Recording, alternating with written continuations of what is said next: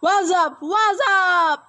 Hi, my name is Jessica Jane P. Manuel of 11 Gas Cream A12. For today's video, we will discuss the different types of fault and different type of stress forces. Types of fault. Number 1, normal fault. Normal fault is the most common type of fault. It's formed when rock above an inclined fracture plane moves downward, sliding along the rock on the other side of the fracture. Normal faults are often found along divergent plate boundaries, such as under the ocean where new crust is forming. Second, reverse fault. Reverse fault, the block above the fault moves up relative to the block below the fault. This fault motion is caused by compressional forces, and the result is shortening. A reverse fault is called a thrust fault if the dip of the fault plane is small. Third, strike-slip fault.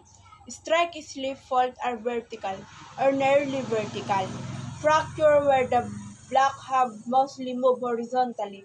If the block opposite an observer looking across the fault moves to the right, the slip style is termed right lateral. If the block moves to the left, the motion is termed left lateral. Fourth, oblique slip fault. A fault that has component of deep slip and a component of strike slip movement is termed an oblique slip fault. Nearly all the fault will have some component of both deep slip and strike slip. So a fault that is classified as oblique requires both dip and strike component to be significant and measurable. Types of stress forces. Number 1, compressional stress. The stress that squeezes something. It is a stress component perpendicular to a given surface, such as fault plane, that result from forces applied perpendicular to surface or from remote forces transmitted to the surrounding rock. Second, tensional stress. Tensional stress is the stress that tends to pull something apart.